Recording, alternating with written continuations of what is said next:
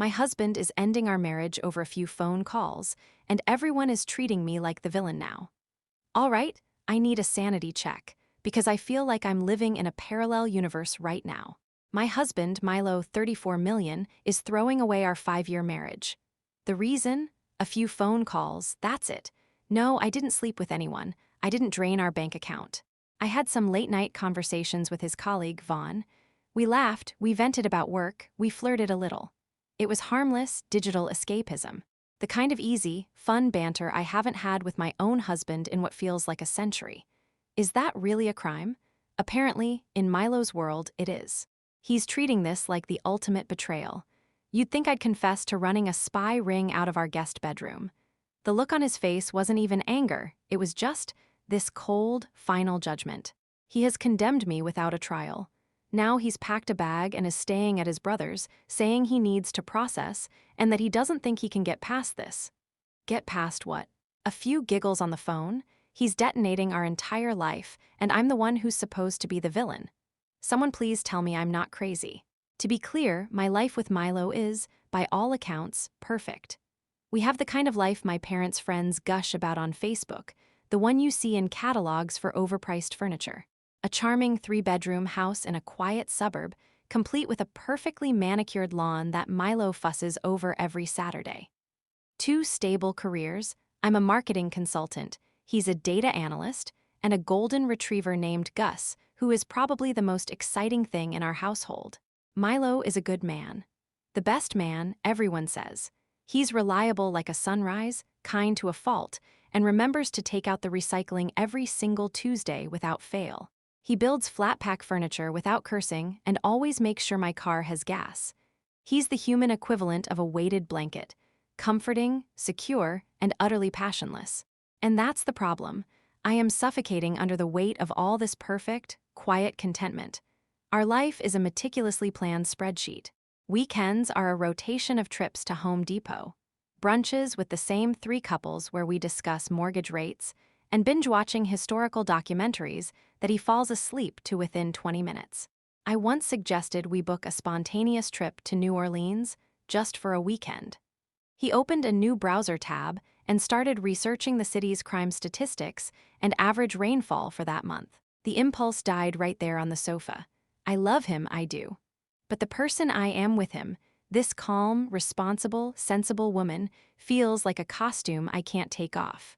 He did tell me about his red line once, and I guess in my arrogance, I just didn't think it applied to us. It came up a few years ago when a friend of ours was going through a messy divorce. The husband had been emotionally cheating for months, nothing physical, just endless texts and secret lunches. Milo was unusually quiet that night. Later, when we were in bed, the room dark except for the light from the street filtering through the blinds, he told me about his parents. His dad had a work wife for years, a woman he shared all his dreams and fears with while his mom was at home raising him. He never touched her, but Milo's voice was tight when he explained how his father would call her first when he got a promotion, how he bought her a small, thoughtful gift for her birthday that he forgot to mention to his wife. He said the emotional absence broke his mother's heart just as surely as a physical affair would have. He turned to face me, his eyes searching mine in the dark, and said, "Betrayal is betrayal, Cora. There are no gray areas for me on that. It's about where you choose to invest your intimacy." I remember just nodding, maybe patting his arm. In my head, I was already dismissing it. It sounded so dramatic, so absolute. A relic from his parents' unhappy 1980s marriage. I saw it as a flaw in his logic, another one of his rigid principles, like his belief that you should never recline your seat on a flight shorter than 4 hours. I filed it away as Milo being Milo and never thought about it again. It was his baggage, not ours. Ours was a modern, stronger relationship. We were different. And then Vaughn started at Milo's company. He was in a different department, but they were on some cross-functional project together. Milo would come home and mention him occasionally, usually with a slight roll of his eyes, the way you'd talk about a golden retriever puppy who keeps knocking over important files. Vaughn pitched another one of his blue sky ideas today, he'd say, shaking his head. The man thinks charisma is a substitute for data. I met him once at a company holiday party, a stuffy affair with bad wine and forced conversation. He was a beacon in the sea of beige suits. He was exactly as Milo described: charming, a little slick, and full of stories that made you lean in closer. He remembered my name from Milo's brief introduction, asked about my work, and then actually listened to the answer, asking follow-up questions instead of just waiting for his turn to talk. He had this way of making you feel like you were the most fascinating person in a crowded, boring room.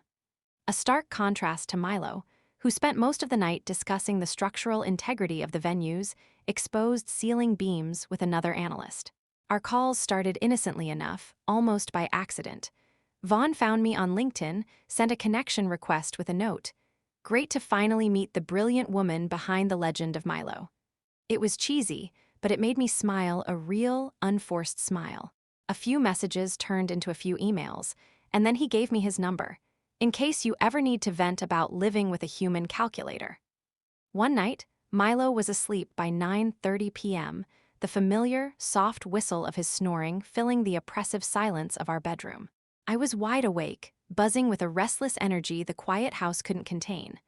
I was scrolling through my phone, bored out of my mind, and I just called. I told myself I was just going to leave a funny, sarcastic voicemail, but he picked up, and it was electric. That first conversation lasted 2 hours. With Vaughn, I wasn't Milo's sensible wife. I was just Cora. Funny, sharp, a little wicked. He got my jokes. He didn't just tolerate my sarcasm, he volleyed it right back. He'd tell me about the ridiculous office politics, and I'd give him advice on how to handle his overbearing boss. We talked about movies Milo would call frivolous and music he'd find grating. It became a habit. 2-3 times a week. It was our own little world, sealed off from the beige reality of my life. I was so careful, a master of my own secret tradecraft. I only ever called when Milo was asleep or out running errands. I used headphones. I deleted the call logs religiously every morning. I told myself it was just a pressure valve, a harmless way to feel a spark without setting a fire. "We're just talking," I'd whisper to myself after hanging up, my heart beating a little faster. "It's not real, it means nothing." I was in complete control. I was smart enough to handle this. It was my secret, my game, and I was winning. It never crossed my mind that it was a profound deception, that I was taking the best parts of myself, my humor, my empathy, my excitement, and smuggling them out of my marriage to give to another man. I saw it as supplementing my diet, not poisoning the well. The end came on a Tuesday. It was so mundane, so brutally normal, it felt like a scene from a terribly written play. Milo was supposed to be working late. His team was pushing to meet a quarterly deadline, a fact he'd mentioned with a sigh that morning. I had just finished dinner, a solo affair of leftover takeout, and was curled up on the sofa, Gus snoring at my feet, phone pressed to my ear. It was the perfect window of opportunity. Vaughn was telling me about a disastrous presentation he'd given, and he was laying it on thick, playing up his own incompetence for laughs in a way that was utterly endearing. "I was a sinking ship, Cora," he said dramatically, "and my boss was just standing on the shore, tossing me an anchor instead of a life raft." I let out a loud, unrestrained laugh, the kind that starts in your belly and takes over your whole face, the kind I rarely did anymore at home. "Oh, you poor thing," I said, my voice dripping with the playful, teasing sympathy we'd perfected over the last few months. "Do you need me to send a rescue boat, or maybe just a strongly worded email on your behalf?" I was smiling, twirling a loose thread on a cushion, completely lost in our little bubble. It was a moment of pure, unadulterated fun, a splash of color in my grayscale evening. And then I saw him. The front door had opened so quietly I hadn't heard it over my own laughter. Milo was standing in the entryway, his laptop bag still slung over his shoulder, keys dangling from his fingers. He wasn't looking at me with anger or shouting. He was just watching me, his face completely blank like a statue. The project at work had finished early. My heart didn't just drop, it evaporated. I felt a cold wave of adrenaline wash over me, the kind you get right after a near miss on the highway. My entire body went rigid. I scrambled to end the call, my easy flirtation instantly curdling into panic. "Hey, I have to go," I stammered, my voice suddenly 2 octaves higher. "Something's come up." "Okay, talk soon." Vaughn's cheerful, oblivious voice chirped from the phone before I stabbed the end call button with a trembling thumb. The silence that followed was deafening, thick, and heavy. I plastered a bright, fake smile on my face, the kind you wear for a photograph you don't want to be in. "Hey, you're home early," I said, my voice sounding brittle and foreign in the quiet room. He didn't answer immediately. He just walked over, placed his bag down gently by the armchair, and took off his coat. Every movement was deliberate, unnervingly calm. It was the calm of a surgeon, not a husband. He finally looked at me and his eyes were empty. Not furious, not hurt, just vacant. It was terrifying. "I heard you," he said, his voice flat, devoid of any emotion. "I was at the door for a minute. I heard the way you were talking to him. The way you laughed." I launched into my pre-rehearsed defense, the lies I had told myself now weaponized for him. "It's nothing, Milo. It's just Vaughn from your work. We're just friends. It's just jokes. You know how he is. He's just dramatic." I was babbling, the words tumbling out of me, desperate to fill the void. He held up a hand, a simple, quiet gesture that stopped me cold. "It's not about who it was, Cora," he said, and his voice was so tired, so utterly defeated, it scraped against my soul. "It's not even about what you said. It's that you saved that part of yourself for him. The laughter, the lightness, the part of you I fell in love with. I haven't heard you laugh like that with me in years." He paused, and this is the part that will haunt me forever. He looked around our living room, at the photos on the mantelpiece, at the life we had built, as if seeing it all for the first time. "I can't trust you anymore," he said, finally meeting my eyes again. "The trust is gone, and without that, what are we even doing?" His words hung in the air, absolute and irreversible. My mind went blank. I expected a fight, yelling, accusations. I was prepared for a storm. I was not prepared for this calm, clinical amputation of our marriage. He walked past me into our bedroom, and I followed him, my legs feeling like they were moving through wet cement. He pulled a duffel bag from the top of the closet and started methodically placing things inside. A few shirts, socks, his toothbrush. "What are you doing?" I demanded, my voice finally finding its footing in a surge of panicked anger. "You're leaving, just like that, over a phone call." "It wasn't just a phone call, Cora, and you know it," he said, not looking at me, his focus entirely on the neat piles of clothes. "It was a choice. You chose to build a secret world without me in it." That's when the rage hit me, a hot, defensive wave. All the resentment I'd been bottling up for years came pouring out.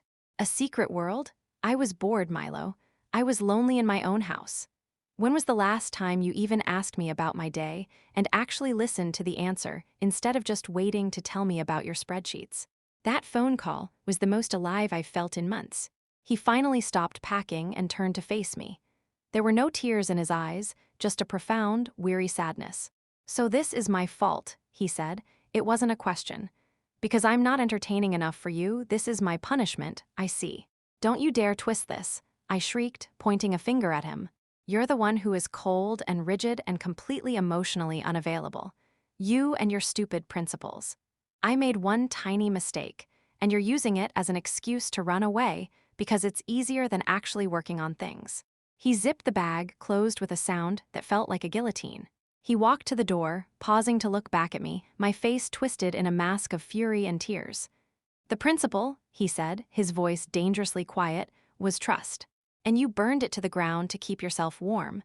I'm going to my brother's. I need some space." And then he left. He just walked out the door, closing it softly behind him. I stood there, expecting him to come back to at least slam the door. But there was nothing. Just the click of the lock and the sound of his car starting, fading into the night. He didn't just leave the house. He evacuated the whole relationship, and I was left standing in the rubble, screaming that the earthquake was his fault. For the next hour, I paced the house like a caged animal, a furious monologue looping in my head. He was a coward, a rigid, unforgiving robot who couldn't handle a single ounce of human complexity. This was a massive overreaction, a tantrum of epic proportions. I snatched my phone and called Danny, my best friend since college, the one person I knew would have my back. I needed validation. I needed to hear another human being confirm that Milo was insane. I let it all out in a torrent of righteous indignation, carefully curating the story to paint myself in the most favorable light. I was the neglected wife, seeking a harmless spark. Milo was the cold, unfeeling husband, punishing me for a minor transgression. I emphasized the just friends part, repeated the phrase, "We only talked on the phone," at least 5 times, and ended with a dramatic, tear-choked, "He just left, Danny. He just threw everything away." I waited for the wave of sympathy, for the "he's a bastard" and "you deserve better." Instead, there was a long, uncomfortable silence on the other end of the line. All I could hear was her faint breathing. "Danny," I finally said, a knot of irritation tightening in my chest. "Did you hear me?" "I heard you," she said, her voice careful, measured. It wasn't the voice of a co-conspirator. It was the voice of a bomb disposal expert. "Cora, this guy you were talking to, was it Vaughn?" The question caught me off guard. "Yeah, so." Another pause. "Vaughn from Milo's work," she clarified. "Yes, Danny, what's your point?" I snapped, my patience wearing thin. "And you know about Milo's parents, right?" she asked, her voice soft, almost hesitant. "You know that whole thing is his deepest wound." It was like a bucket of ice water to the face. Her words weren't an attack, but they landed like a physical blow. She wasn't siding with me. She was holding up a mirror, and I hated what I saw. Suddenly, my carefully constructed narrative of victimhood began to crumble. "That's not fair," I whispered, the anger draining out of me, replaced by a hollow, defensive feeling. "That was his parents. This is about us." "Is it?" she asked gently. "Or did you just take a stick and poke it directly into his biggest insecurity because you were bored?" "Cora, what were you thinking?" I felt betrayed. My one ally, my trusted friend, was questioning me. She was supposed to be on my team. I ended the call abruptly, muttering something about needing to go. I didn't want gentle logic. I wanted a partner in my rage. But Danny had refused to join me in my self-made delusion, and now I was truly, utterly alone. The next few days were a blur of hollow silence and frantic phone checking.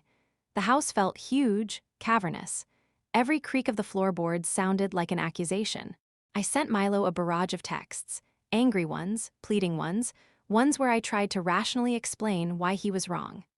They all remained unanswered, 2 sterile blue check marks on a screen that confirmed delivery but not receipt by the heart. He had blocked me on social media. It was a swift, silent, digital amputation. This morning, I drove to his brother's apartment, a desperate, last-ditch effort. I buzzed the intercom, my heart hammering against my ribs. Nothing. I buzzed again. Finally, his brother's voice, strained and annoyed, crackled through the speaker. "He's not here, Cora. And he doesn't want to see you. Please, just leave him alone." Defeated, I came back to the empty house. I wandered into our home office, the one Milo so meticulously organized. I don't know what I was looking for. Evidence? Absolution? I just sat in his chair, which still smelled faintly of his aftershave. My eyes landed on a small, leather-bound notebook next to his monitor, one I'd never seen before. His handwriting, usually so neat, was a frantic scrawl. It was a list. My stomach clenched. The list was titled "Nola Trip Surprise." It was all there. Flight details for a long weekend in New Orleans, the trip I had begged for. A reservation at that jazz club I'd mentioned loving. Notes on a walking tour of the Garden District. He had even researched gluten-free bakeries because he knew I'd been trying to cut back. The final entry, dated the day before everything blew up, read, "Booked. Tell her on Friday." He had been planning it all along. The spontaneity I craved, the adventure I accused him of squashing, he was trying. In his own quiet, methodical Milo way, he was trying to give it to me. And while he was planning our future, I was on the phone with another man, laughing, convinced I was the only one trying to save myself from drowning. The notebook felt like a lead weight in my hands. It wasn't a smoking gun, it was a memorial to what I had just destroyed. So here I am, sitting in the dark, writing this all down because if I don't, I think I might actually shatter. I keep telling myself it's for the best. "Good riddance," I type, my fingers hovering over the keyboard. Now I can finally be free. I want to believe it. I want to feel the righteous anger come back, because it's so much easier than this crushing, suffocating weight in my chest. But then I hear the sound of the neighbor's key in their lock, a familiar jingle at the end of the day. For a split second, a stupid, hopeful muscle in my heart clenches, thinking it's him, that he's come back, but it's just the neighbor. The house is still empty, and it is so quiet.